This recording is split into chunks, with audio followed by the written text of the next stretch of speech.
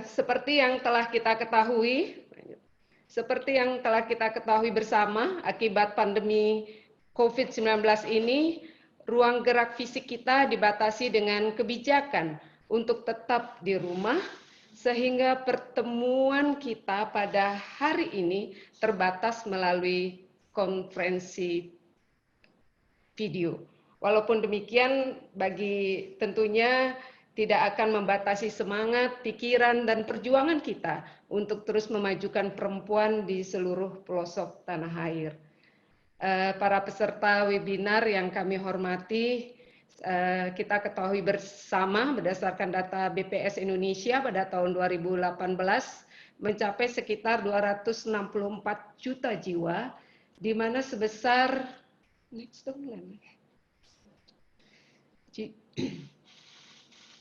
di mana sebesar 131 juta jiwa itu adalah setengah dari populasi penduduk Indonesia adalah perempuan. Di next dong.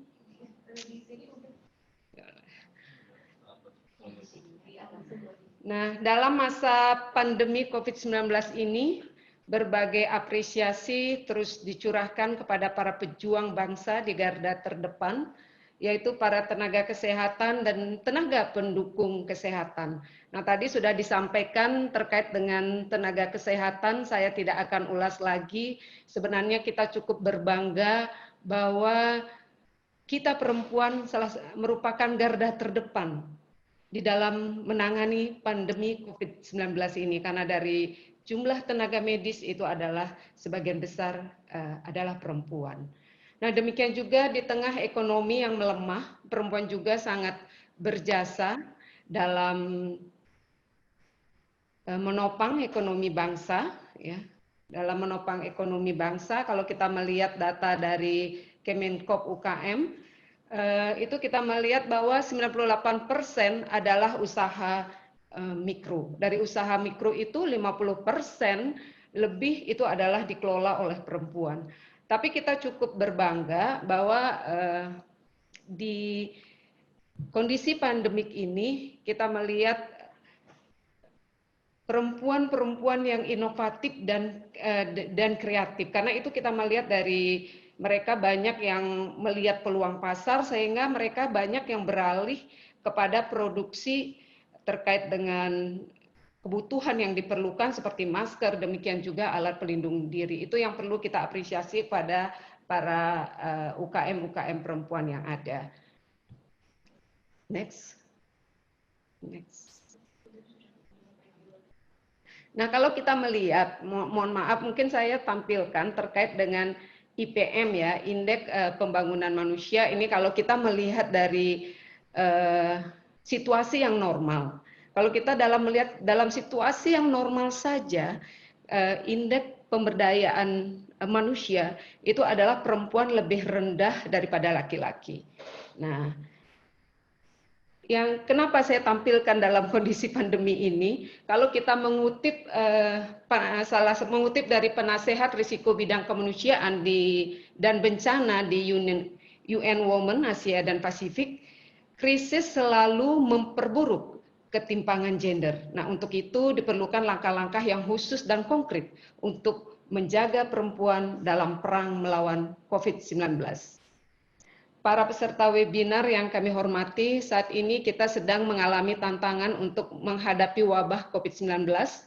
Dalam upaya pencegahan penyebaran virus tersebut, pemerintah memberlakukan upaya pembatasan sosial. Tadi sudah disampaikan juga oleh Pak Doni. Nah, tentunya bekerja dari rumah dan belajar dari rumah. Nah, pada saat ini memang kesehatan adalah hal yang paling utama. Meski begitu, kita tidak dapat menampik bahwa kondisi darurat wabah COVID-19 ini berpengaruh pada berbagai sisi dalam kehidupan masyarakat, baik sosial maupun ekonomi perempuan. Seperti pekerja perempuan banyak mengalami pemutusan hubungan kerja atau PHK atau dirumahkan. Nah, dari data per tanggal 16 April 2020, maka jumlah pekerja yang di PHK dan dirumahkan sebagai dampak pandemi COVID-19 adalah sekitar 2.358 orang. Demikian juga dari 2.385 orang itu 762 orang atau hampir 31% adalah pekerja perempuan. Yang kedua, semakin sulitnya perempuan kepala keluarga dan perempuan prasejahtera. Banyak dari perempuan kepala keluarga ini merupakan wirausaha ultramikro seperti apa yang saya sampaikan tadi, yang sekarang sedang terancam keberlangsungan usahanya karena tidak adanya distributor ataupun pasar. Bahkan jumlah nasabah program Mekar dari PT PNM yang merupakan mitra kami yang selama ini ada 6,4 juta perempuan prasejahtera yang didampingi melalui program ini. Tapi dengan kondisi pandemi COVID ini, itu per 4 April hanya masih 4,4 juta nasabah yang didampingi. Nah, artinya para perempuan ini banyak yang menjadi tulang punggung keluarga, belum lagi banyak perempuan yang menjadi kepala keluarga karena suaminya meninggal akibat pandemi ini. Yang ketiga, sampai dengan Maret 2020, ya, kita melihat terdapat 32.192 pekerja migran Indonesia yang pulang dari negara-negara terdampak. Dari jumlah tersebut, 70% pekerja migrannya adalah perempuan. Demikian juga pada bulan April, itu ada 4.144 orang pekerja migran yang dipulangkan, 83%-nya adalah pekerja migran perempuan. Nah, dan kita ketahui bersama, saya yakin juga para peserta webinar, ibu-ibu semua sudah paham setelah pulang ke Indonesia, tidak semua PMI memiliki mata pencaharian. Kemudian berkaitan dengan perempuan juga, pendampingan dan pengasuhan bagi anak yang belajar di rumah.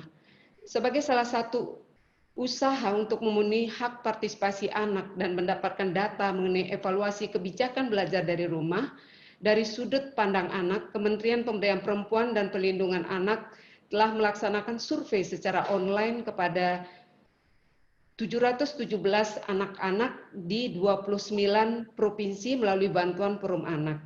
Nah, berdasarkan hasil survei, sebanyak 91% anak mendapatkan pendampingan dari orang tua selama program belajar dari rumah.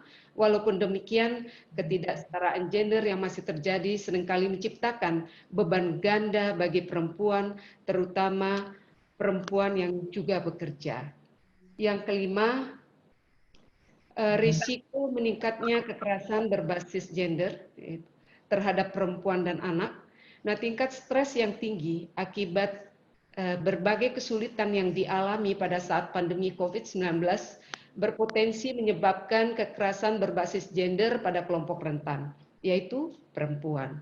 Nah, data sistem Simponi per tanggal 2 Maret 2020 sampai 23 April 2020, Simponi Kemen PPA itu terdapat 205 kasus kekerasan dalam rumah tangga yang dilaporkan oleh korban perempuan.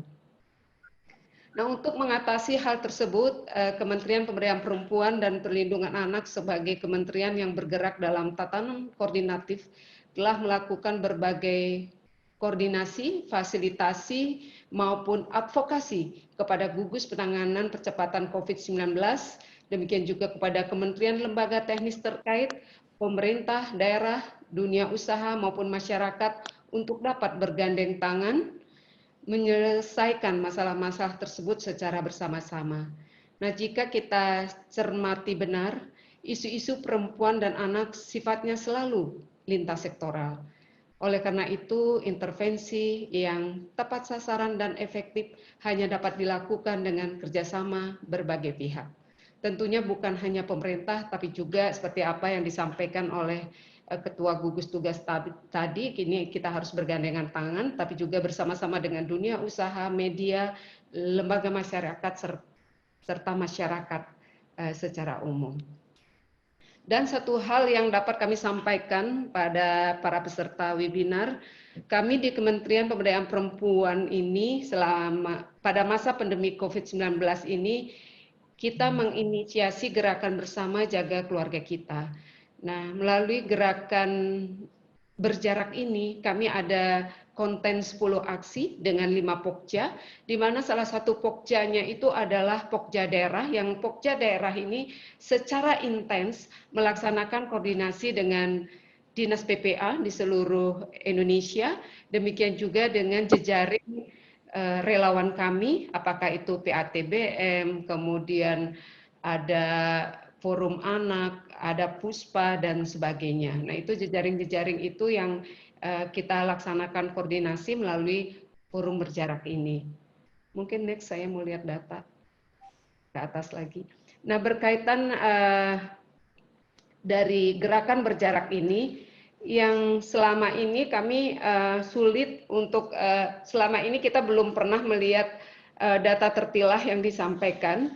Nah, karena kementerian ini nomenklaturnya adalah Kementerian Perempuan dan Perlindungan Anak, masyarakat semuanya termasuk mungkin teman-teman DPR, berapa sih perempuan atau anak yang terdampak. Nah, dari upaya-upaya dengan program gerakan berjarak yang kami lakukan per 21 April kemarin, ini nih, karena koordinasi kami laksanakan terakhir dengan daerah per 21 April, ini tentu data yang sangat dinamis, yang terus bergerak dari 21 provinsi. Nah, itu terdapat perempuan yang ODP adalah 14.755, PDP 4.254, positif dirawat itu 94, positif sembuh 27, meninggal 41. Sedangkan anak yang ODP adalah 6.744, PDP 991, positif dirawat 26, positif sembuh 9, meninggal 6. Nah, tentunya data ini mungkin kalau kita mendengarkan laporan daripada gugus tugas terkait dengan ODP, PDP, demikian juga positif, secara umum sangat jauh dari data yang disampaikan. Nah, kami ini dari 21 provinsi, kebetulan 3 provinsi yang zona merah belum melaporkan.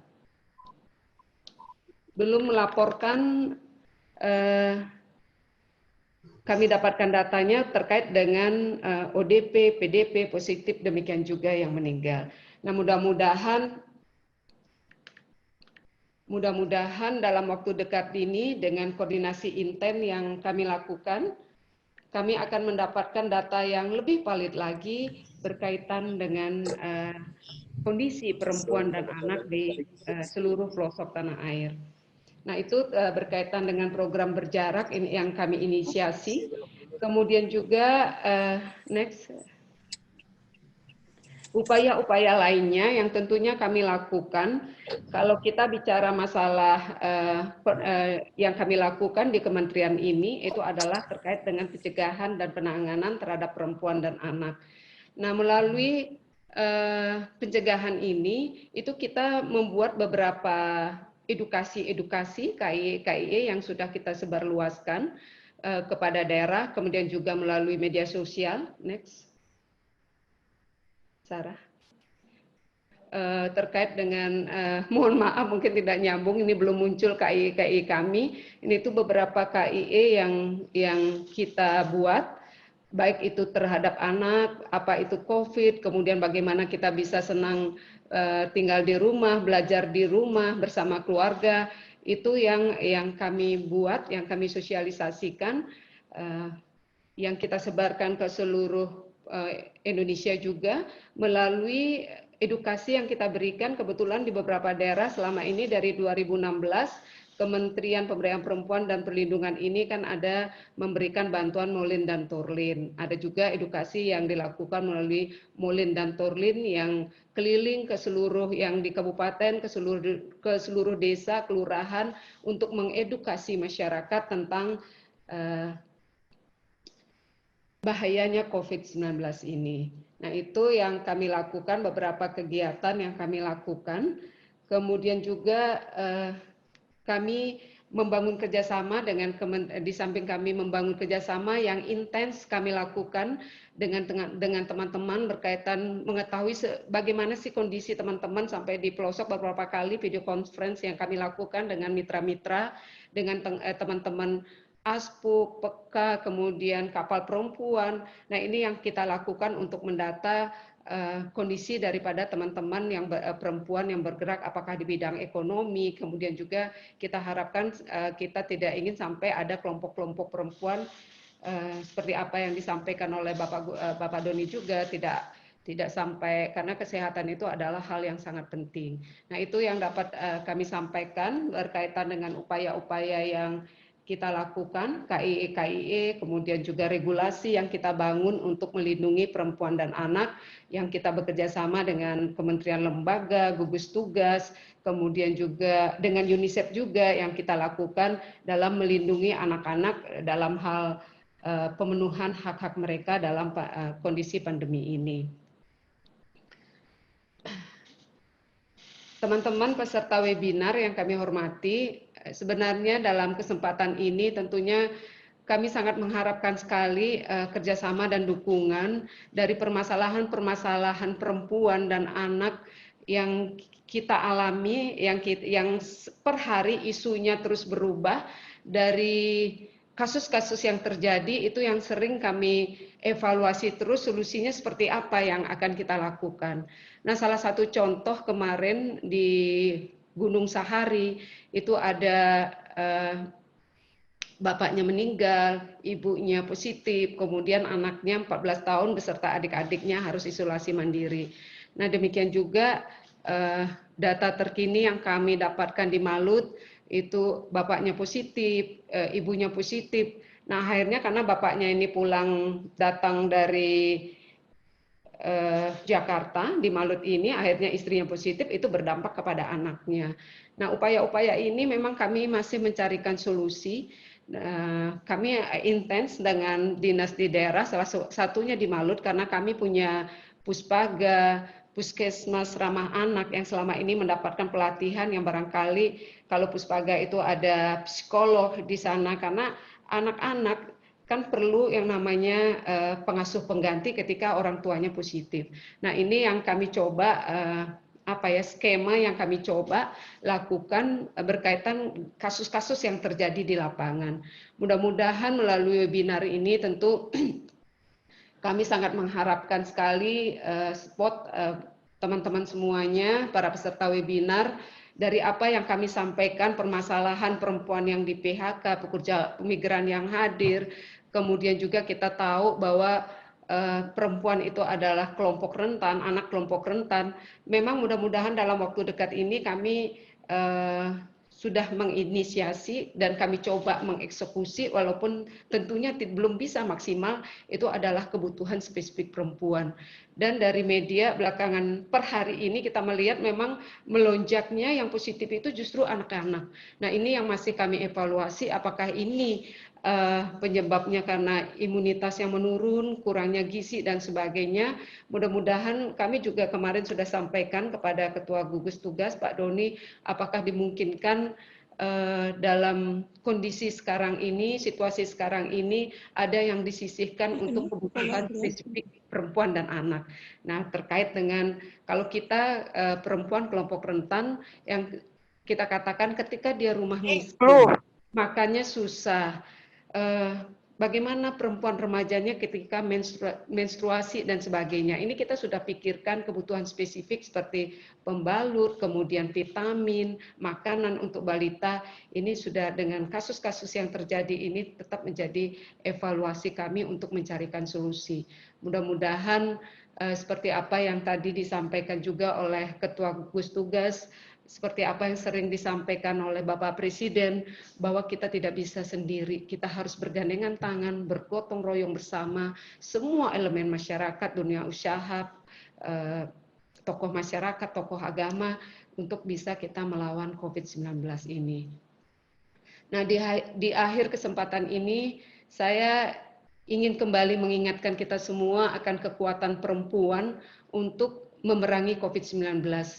Sebagai perempuan, masing-masing dari kita pasti memiliki pengalaman personal terkait dengan pandemi ini. Sebagai perempuan, kitalah yang paling mengerti kesulitan-kesulitan yang kita alami. Kita pula lah yang paling mengerti kekuatan dari dalam diri kita. Untuk itu, setiap perempuan adalah advokat bagi dirinya sendiri dan bagi hak-hak perempuan secara umum. Nah, di masa pandemi ini, kita sebagai perempuan harus turut bergerak menyuarakan hak-hak kita sesuai dengan kapasitas kita masing-masing. Nah, hari ini hadir para perempuan wakil rakyat. Saat ini keterwakilan perempuan di Lembaga Legislatif Nasional hasil pemilu 2019 itu kan berada pada angka 20,8%. Ya. Walaupun masih belum setara, namun persentase ini meningkat pesat kalau kita melihat dari pemilu pertama yang persentase perempuannya hanya 5,88%. Nah, sementara itu anggota perempuan pada DPD RI telah mencapai 30,88%.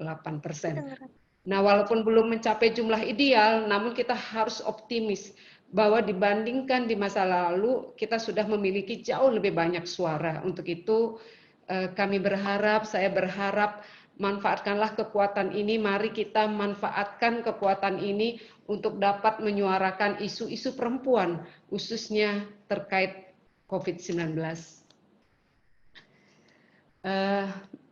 Para peserta webinar yang kami hormati, terakhir kami dari Pemberdayaan Perempuan dan Perlindungan Anak sangat terbuka dalam menerima berbagai masukan, terutama saya sebagai pendatang baru, sangat terbuka masukan, kritik, dan saran dari berbagai pihak, terutama yang disampaikan berdasarkan permasalahan yang benar-benar terjadi di masyarakat.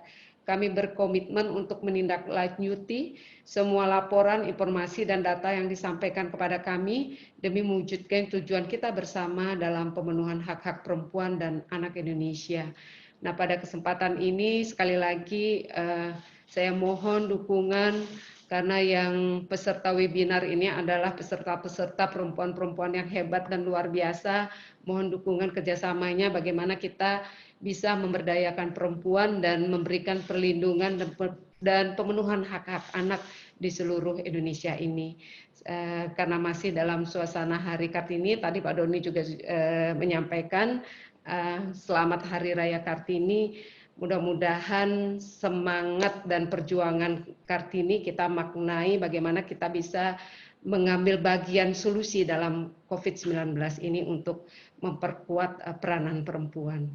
Demikian yang kami sampaikan dan tak lupa juga mengucapkan selamat menjalankan ibadah puasa bagi yang menjalankan ibadah puasa. Mohon maaf lahir dan batin. Wassalamualaikum warahmatullahi wabarakatuh. Om Santi Santi Santi Om.